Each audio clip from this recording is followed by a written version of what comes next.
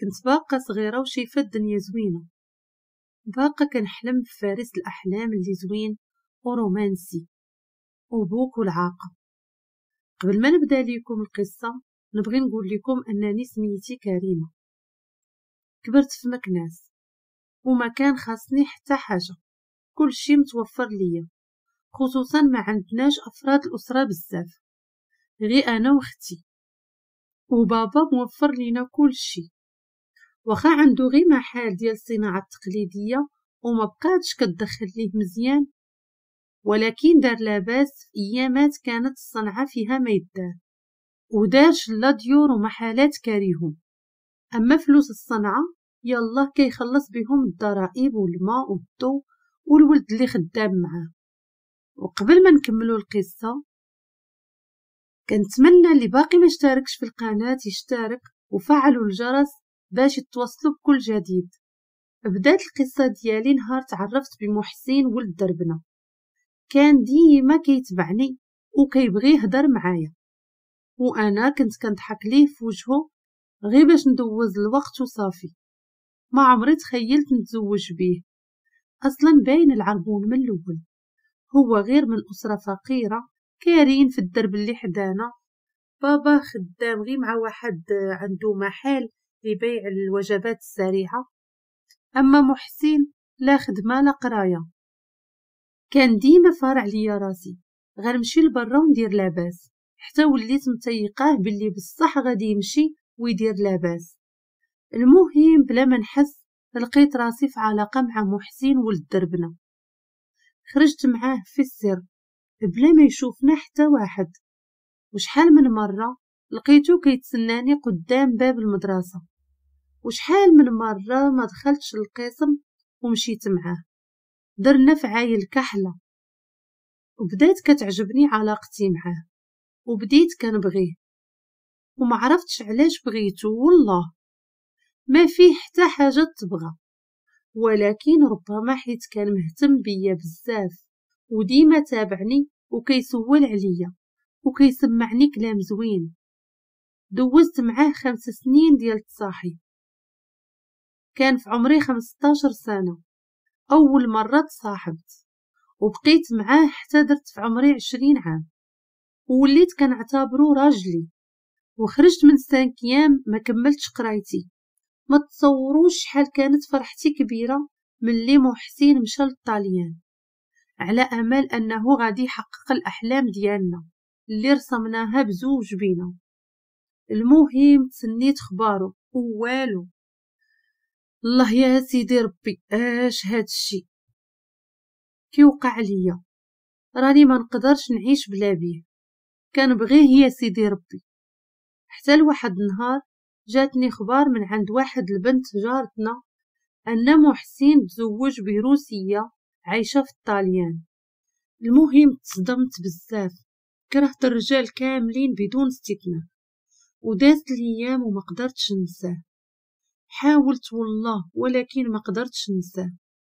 اقترحوا عليا شي بنات وقالوا لي ما ينسيك في الراجل غير راجل، وفعلا بديت كنتصاحب مرة أخرى وبلا عادات. والله تاشي باقا نفكره وشي نسيته، ولكن أخطر حاجة طحت فيها هي أن محسن وخا هكاك كان محترمني، وما درناش شي حاجة أكتر من بعض الأحضان وبوسات سريعة بلمح البصر. أما دابا درت شي حوايج ما نقدرش حتى نتخيلهم، وسمحوا لي على التعابير. مارست من الدبر ومن الفم حاشاكم، وسمحوا لي عافاكم، راني غير هادرة من نيتي وبلا كذوب. المهم عرفت الرجال على حقيقتهم، غير الكلب وخوه.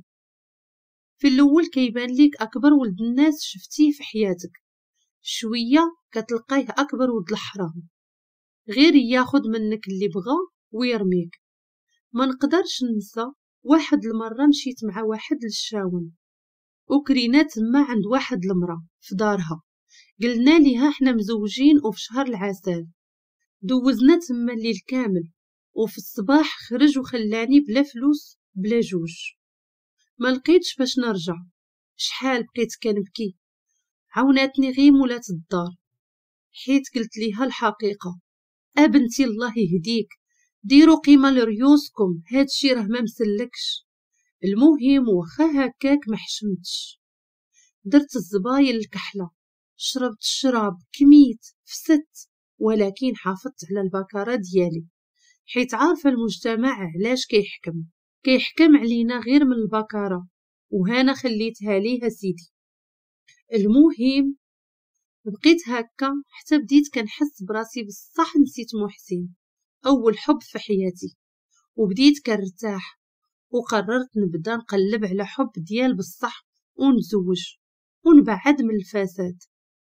حتى لواحد النهار كنت غادا ندير تعبئة، وهو يقول لي واحد الولد السلام. رديت عليه السلام وقال لي الصراحة كتباني بنت الناس وبغيتك للزواج، ولكن بغيت نتعرف بك في الأول إلا سمحتي، وطلب مني النمرة. وبصراحة أنا غير شفتو دخت، زوين وطويل، أبيض ومقاد، ما فيه حتى عيب.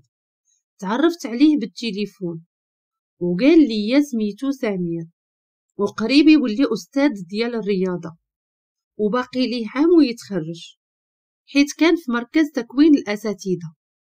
المهم تعرفت به ووليت كنبغيه بواحد السرعة ما كتصورش، خصوصا عمرو ما طلب مني الحرام، ولكن بكلامه والأدب ديالو خلاني طحت فيه بالمعقول. وما نكذبش عليكم، درنا شي حاجة فاش قرب يتخرج، ولكن غير بوسات وتعنيقات. المهم تخرج وخدم أستاذ في مدينة في الصحراء، ومن تما وليت كنقول ليه إمتى غادي تجي، إمتى تجي، حتى لواحد النهار وهو يقول لي صدعتيني، كون غير كنتي طليقي للزواج كون قلنا ما كاين مشكل، قلبي عليا وسدي عليا، هاد النمرة نسايها. عرفتو بحال ضربني بفردي، صدمت كتر من الصدمة ديال الاولاني. ويلي اش درت ليه، هذا مالو؟ بقيت كنهضر غير بوحدي وكنبكي، وجاني اكتئاب خايب وما قدرتش ننساه، وقلبت على الرجال وما يجي منهم. حاولت نلتزم ونديها غير في المحيط ديالي اللي انا عايشه فيه، اختي ووالديا اللي دايرين جهدهم معايا، حتى لواحد النهار جا خطبني الولد اللي خدام مع بابا. اويلي اش هاد الشي، اصلا هاد الولد ماشي شي واحد زوين بزاف، يعني مقبول وصافي، اما اللباس من اللي عرفتو ما كيحيدش واحد 2 سراول وجاكيطه. اويلي هذا غير خدام عندنا، اش كيصور كاع، وانا اللي عايشه بالخير ديال بابا يجي يعيش معايا واحد اخر على الخير ديال بابا. عولت عليه بكري ما تصرطاتش ليا، واصلا شكون يكون هاد منير كاع؟ كان سميتو منير.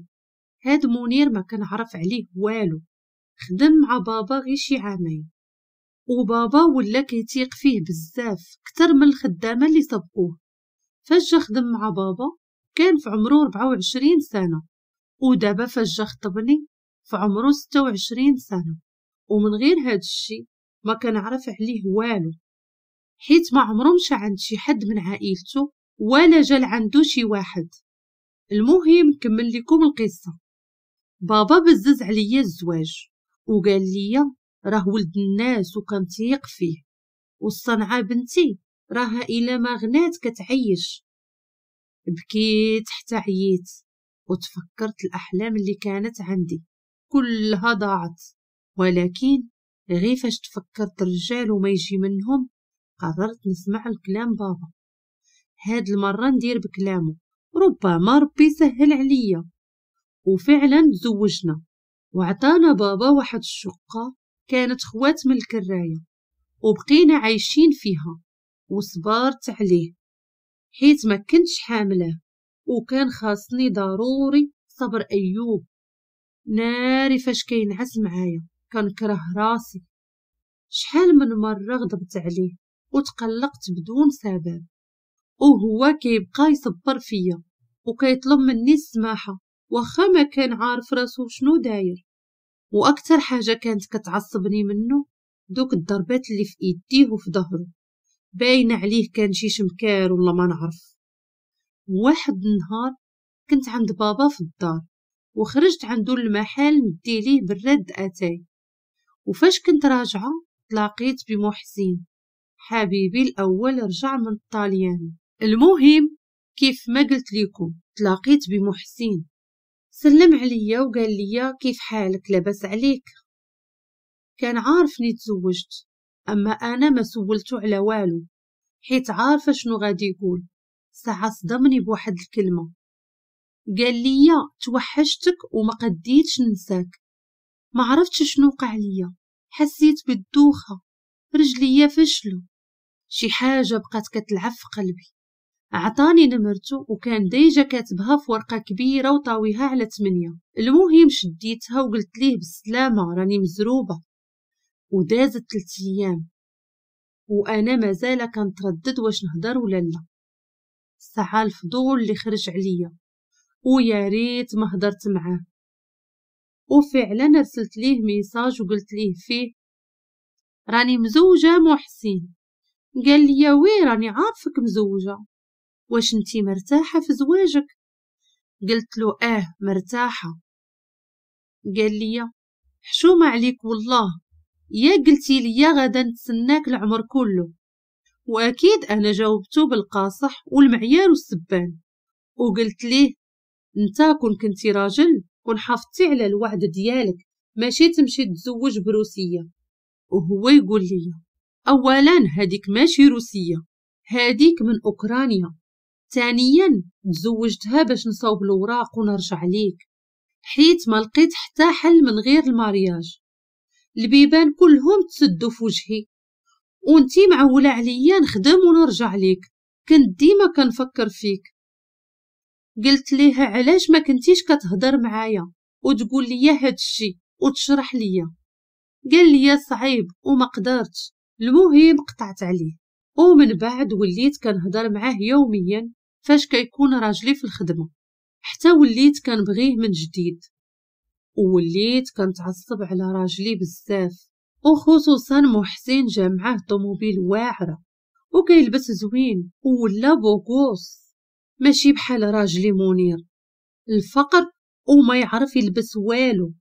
وليت كنكرهو كتر وكنغوت عليه بزاف، وحتى الفراش وليت ديما دايره ليه السباب المرض. مره عيانه وكنكذب عليه باش ما يقربش ليا، وشي مرات كنصبر وكنخليه يقيسني.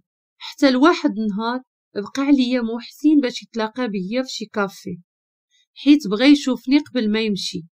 ما تخيلوش شحال بكيت فاش قال لي راه غادي يمشي يرجع للطاليان.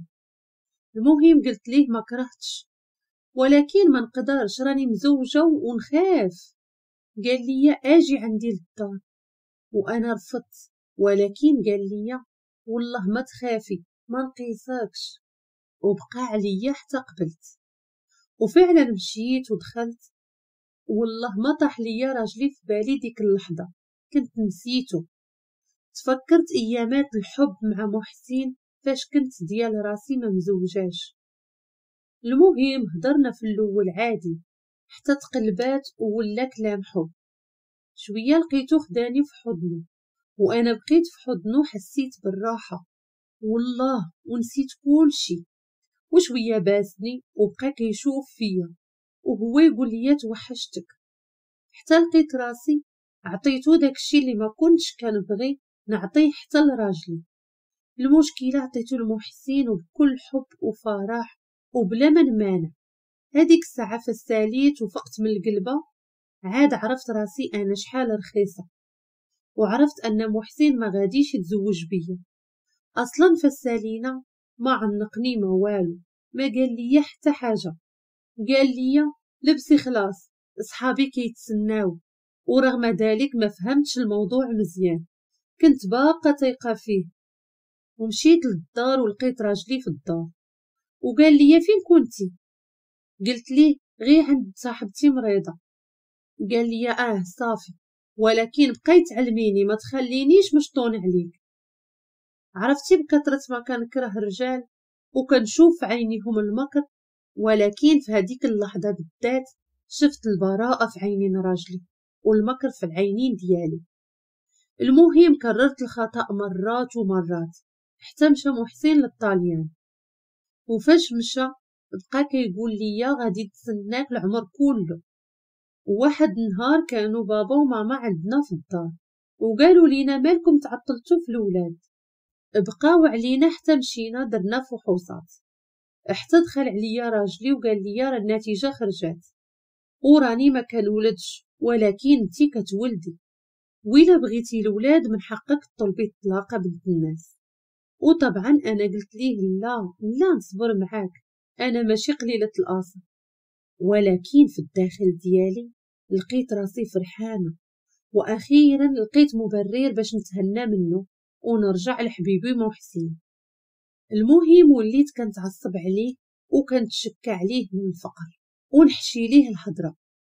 انت عايش غير عندنا وعايش في دارنا وانت ما عندك والو، انت عاقر ما كتولدش، انت ما عندك عائله، انت شمكار كلك لا تراس.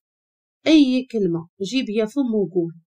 ناري عرفتو فاش عرفت انه عاقر، دوزت عليه العذاب الشديد، وكل مره فاش كيعصبني كنعطيه شي معياره اللي ما ينساهاش. حتى لواحد النهار تعصبت ومشيت لدارنا غضبانه. شحال من مره راجلي كيتبعني للدار باش يحذرني ويطلب السماحه مني واخا ما دار ليا والو، ويا ربي تسمح ليا منه.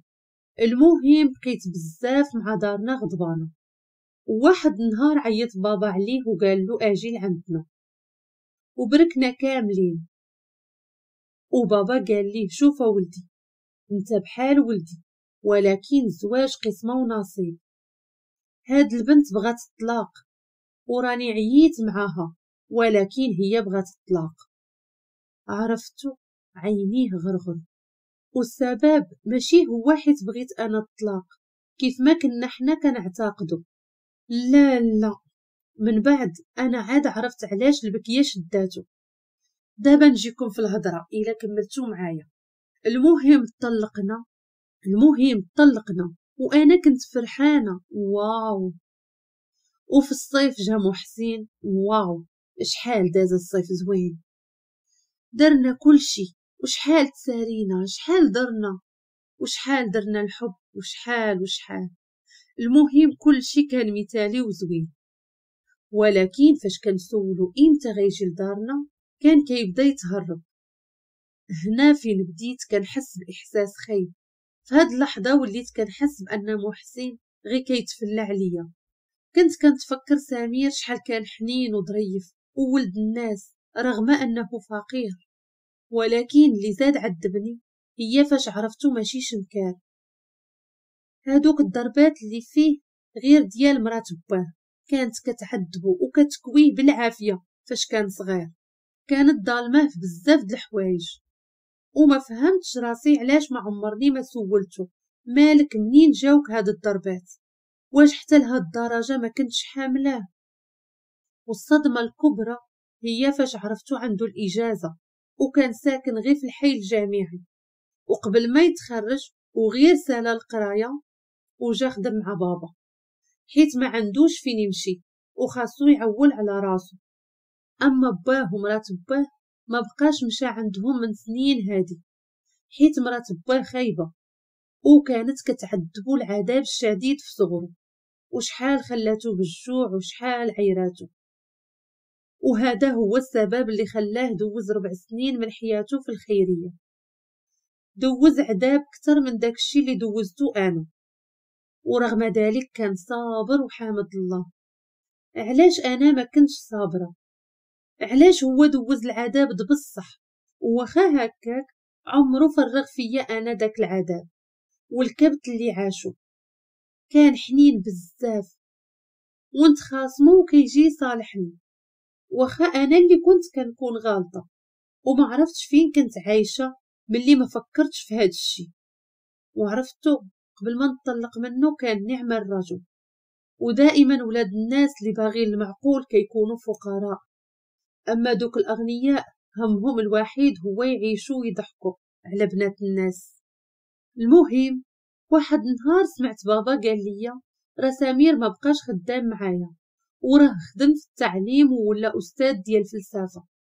سبحان الله، كنت كنحتاقرو ساعة صدق عارف أشنو كيدير.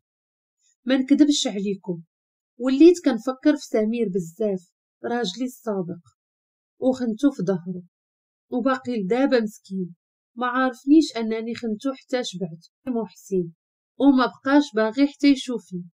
ناري كون سمير عرف كنت كنخونو، كون هو اللي طلب الطلاق. المهم حتى لواحد النهار سمعت بلي محسن رجع من الطاليان وخطب شي وحده، وبقى فيا الحال بزاف وبكيت، ولكن فاش كيبقى ينفع البكا. وعاد عرفت بأن الفرصة كتجيك مرة في العمر، وأنا جاني سمير وما صبرتش معاه، وما كنتش معاه بنت الناس على الحارة والحلوة. ودازو 3 سنين وأنا غير الدار، وكنمشي للجامع نحفظ القرآن. وفي هاد المدة سبحان الله نسيت فيها كاع الرجال اللي عرفتهم في حياتي إلا راجلي سمير. بالعكس، زدت بغيتو يوم على يوم وتوحشتو بزاف، وكنقولها دابا وكنبكي وحق الله، حالتي ربي اللي عالم بيها. المهم حتى لواحد النهار بان ليا سمير في المحل واقف مع بابا جاي يزورو، حيت اصلا ولا خدام في مدينه اخرى بعيده. وملي شفتو ما عرفتش علاش فرحت، وهو شافني ودار فيا واحد الابتسامه غزاله، خصوصا فاش خدم والنعمه بانت عليه ولا كيبان بوغوس. ما عرفتش، ربما ولا بوغوس غير في عويناتي، حيت وليت كنموت عليه. وسولتو على حالتو، قال لي بخير، راني تزوجت وعندي وليد وسميتو ريان وعمرو 9 شهور. ويلي تصدمت، باركت ليه والفقصة شاداني، ضاع آخر آمل بقى ليا. وبالفقصة اللي فيا قلت ليه سبحان الله، ربي سهل ولدتي، شوف ربي شحال كبير. وهو يتفكر ديك التحليلة اللي درنا، وهو يصدمني الصدمة الأخيرة، الضربة القاضية. قال لي الصراحة ماشي أنا اللي كنت عاقين، راه انتي، وما بغيتش نقولها ليك باش ما تعيشيش معايا وانتي خايفة أنني في أي لحظة نطلقك ونتزوج بوحدة غيرك على قبل الأولاد. بغيتك تعيشي معايا مرتاحة. ساعة ربي ما سهلش علينا وما كملناش، وهنا فين عرفتو على شداتو البكية فاش طلبنا منو يطلقني، حيت عرفني ما كان ولدش وما بغاش يجرحني وخباها عليا، وكان ناوي يكمل معايا بلا ولاد، حيت بغاني بصح، بغاني من قلبه. عرفتو دموعي ما بغاوش يحبسوا. عرفتكم غادا تجيكم القصة ديالي غريبة شوية، ولكن في خباركم رفعت عليه دعوة باش يرجعني وخا مزوج بولده. رفعت عليه دعوة، قلت ربما تكون هي الحل الوحيد اللي بقى ليا باش ناخد احسن راجل قابلته في حياتي وضيعته من بين يديا، خصوصا انني وليت كنبغيه. ولكن عمر الخائن ما يسهل عليه الله. انا خنته وربي جازاه احسن جزاء، وانا اسوأ جزاء، ومازال عندي تصاورو وعندي حوايجو، وديما كنسد عليا في بيتي وكنجبدهم ونبقى نبكي.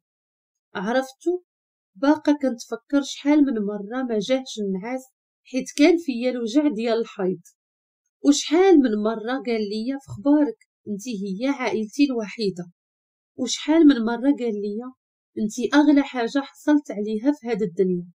وشحال من مرة فاش كنت كنغوت عليه كان كيقول لي وصافي ما تقلقيش عافاك، وغير كنسكت ونتهدن وكيبدا يضحك فيا وكيقول لي والله تا كنكره الصداع، وكان كيقول لي انا خايف نخسرك وما نقدرش نبعد عليك، انتي اغلى ما عندي.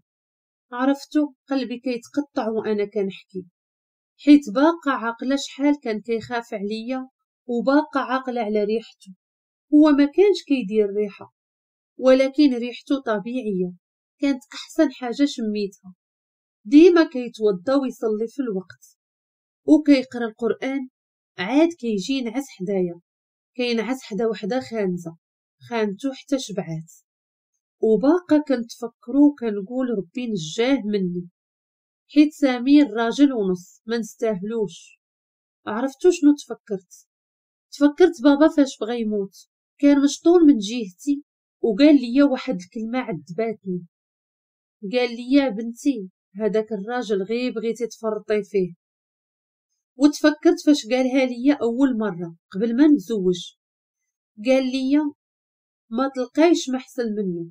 كلام الوالدين ديما كنرجعوا عليه، وهذا درس تعلمته. ونصيحتي لأي بنت، ما عمرك تفرطي في شرفك ولا تعطي لحمك لحتى واحد، حتى يجي عندك اللي باغيك في الحلال، وهذاك اللي بغاك في الحلال فاش تزوجي به موتي معاه وموتي عليه، حيت هو اللي يستاهل مهما كانت فيه صفات خايبة. وهذه هي حكايتي.